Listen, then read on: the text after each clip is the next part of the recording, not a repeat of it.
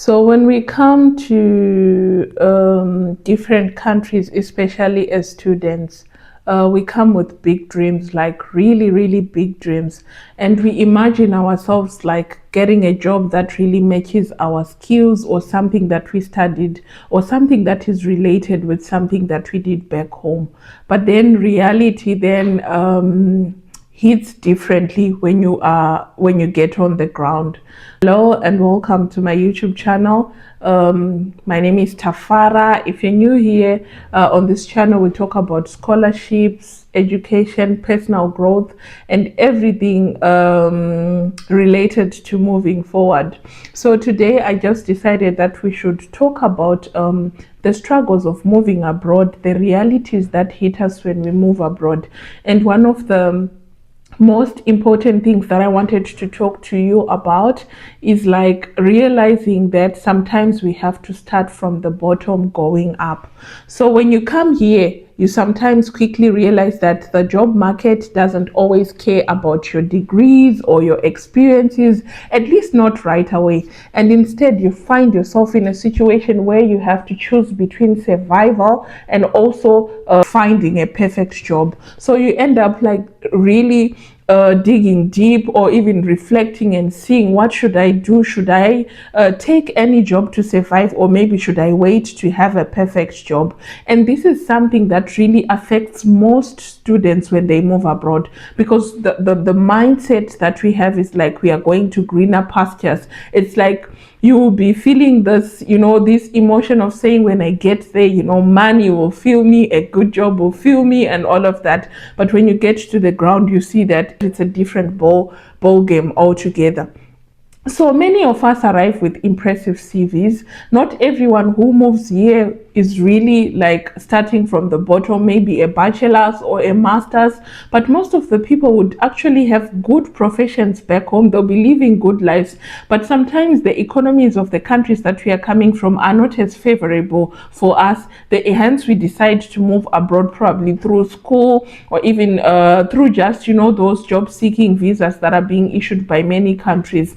And then you're like, okay, let me just move to a country where at least my pension is valued, where my healthcare is valued, and all of that. And then you uproot your family, or you uproot yourself from that environment where you were like a big boss or something. And then you uproot yourself and you come here and you're like, okay, with all the experiences that I have, 10 years experience, 5 years experience, or even the good degrees that I have, I should be able to land a professional job as soon as possible. But alas, when you land, that's not the process. We have so many people in IT, engineering, finance, you name it. But when we start looking for jobs, we are met with different realities.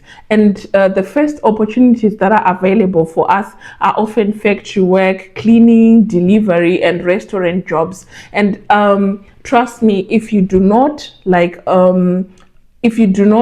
really think about it, or if you do not prepare yourself for these realities, sometimes you might wait too long to find a perfect job and then struggle to sustain the life that you're supposed to live here abroad. Because here they've got like you are far away from family, you are far away from a familiar environment that you're coming from. So you would find out that in circumstances that you would survive back home without a job, here it's not possible, because a lot of things are demanding your attention, or a lot of bills have got to be paid. So you often find yourself seeing that you have to apply in factory work, cleaning, restaurant, and delivery jobs. But does that mean we are not qualified? No, it doesn't mean you are not qualified. It just means we have to be patient, we have to be flexible, and we have to be willing to take that first step. I always tell people that are around me, I always tell people who are close to me, when they ask me, how did you do it? Like, how did you, survive this period? And I always tell them that sometimes you have to be uncomfortable for you to be comfortable in the long run.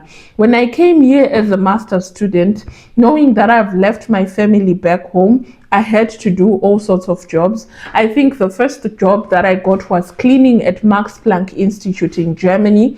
And we would wake up at 4 a.m., go and clean. And by the time I finish at around 7:30, 8 o'clock, I have to I have to go for my lectures. And because it was COVID time, I was so lucky enough that the Max Planck Institute was right next door to our hostel where I was staying, our student apartments where I was staying.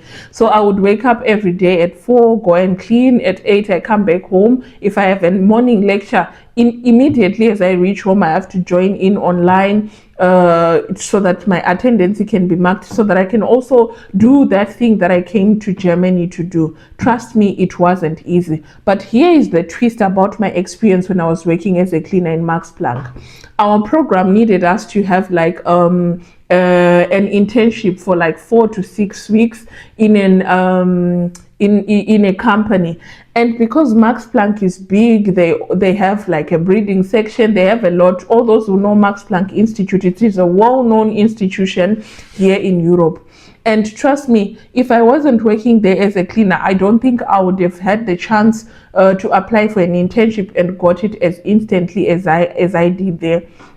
As I was working as a cleaner, each time we would go in, I would speak my broken German to the old men who are sitting at the reception, and we would, talk and all of that. And when it was time for me to do my internship, in the morning, I just talked to him. Is it possible to do an internship? Yeah, I'm an international student.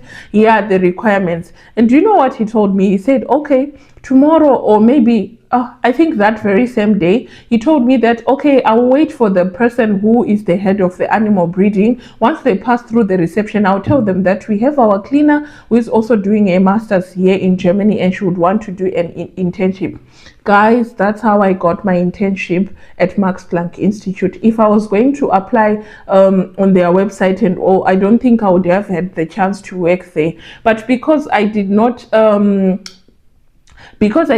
undermine the humble beginnings I had to do, I had the opportunity to spend 6 weeks at Max Planck Institute, and that was the best time of my life because I like the experience I got there, and some of the things that I got there were really amazing. So why am I giving you this example? I just want to show you that sometimes we just have to be patient with ourselves. We just have to be flexible. We should be willing to take that first step.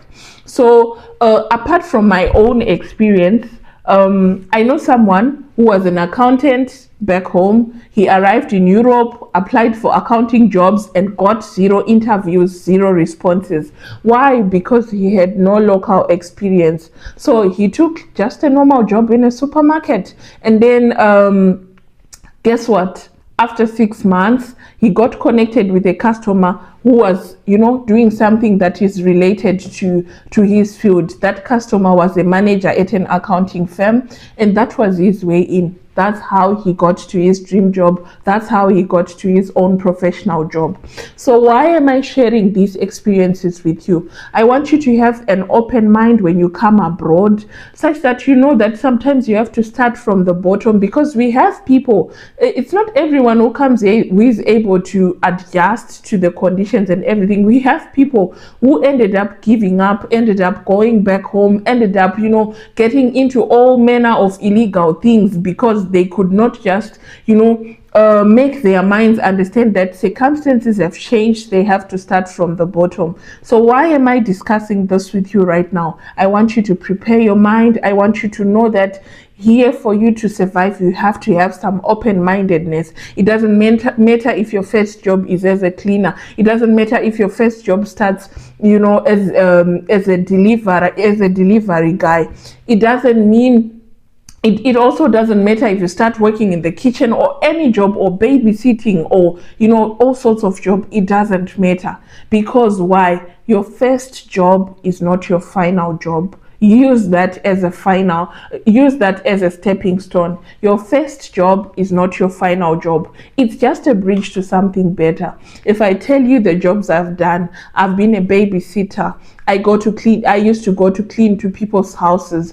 I've worked in a restaurant. My experience is very funny. I never worked in a restaurant in my life, but when the opportunity presented itself when I was living in Norway, I worked in a restaurant. I ended up being part of the kitchen staff, and I was doing really well. Like, I could open the kitchen in the morning, prepare things, which I thought I could not do. But because I looked at it as in an open-mindedness way, I really look back at that and I really value all those experiences that I got. So I want you guys to be very, very much open-minded when it comes to this. I don't want you to apply for scholarships and start, dreaming a lot of things, like you will get here, you will live, and comfortable. Yes, you will definitely live comfortably, but sometimes you have to start with the small jobs to support yourself, to, have a good dream. And the beauty of things here is that the amounts they pay a cleaner is equally good to the amounts that we get home. So why not do the job, support yourself, survive, and then gain the experience. So yeah, I thought I should discuss this with you guys and see, like, how do we navigate.